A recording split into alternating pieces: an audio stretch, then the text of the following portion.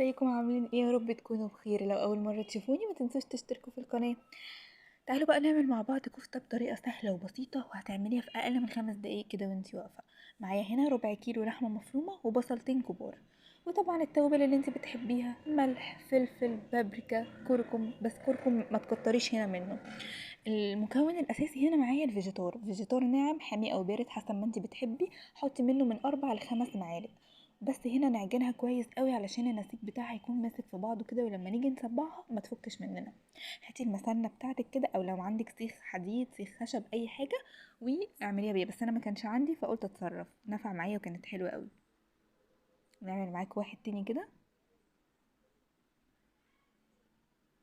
الطريقه دي انا لسه معتمداها يعني من فتره مش كبيره، بس من اول ما جربتها وانا ما بستغناش عن الفيجيتار فيها. انا خلصت كل الكميه. الربع كيلو عمل معايا 10 صوابع بس محترمين كده زي ما ما شفتوها. والحلو في الطريقه دي ان الكفته مش بتكش، وهتشوفوها بعد السوا.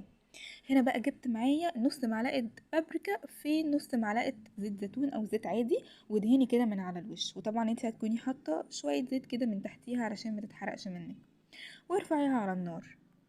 البابريكا بتدي لون حلو كده فيها، وبتخلي كمان طعمها حلو. هنا بقى حطيتها على النار. كان عندي كام صباع صدق كده، صدق بقالي، انا قلت احطهم جنبها بيدي طعم وريحه حلوه قوي، بس لو ما عندكيش مش مشكله.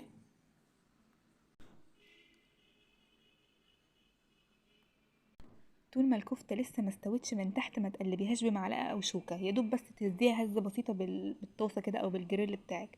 نزلت هنا بقى بطماطمايه صغيره وبصلايه صغيره. هنا بقى كانت الريحة جنان.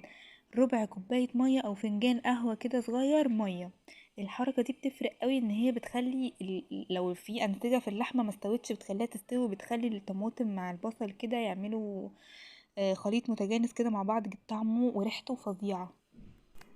هنا بقى هيبقى عندك احلى طاسة صدق وكفتة ممكن تدوقيها. وبس كده.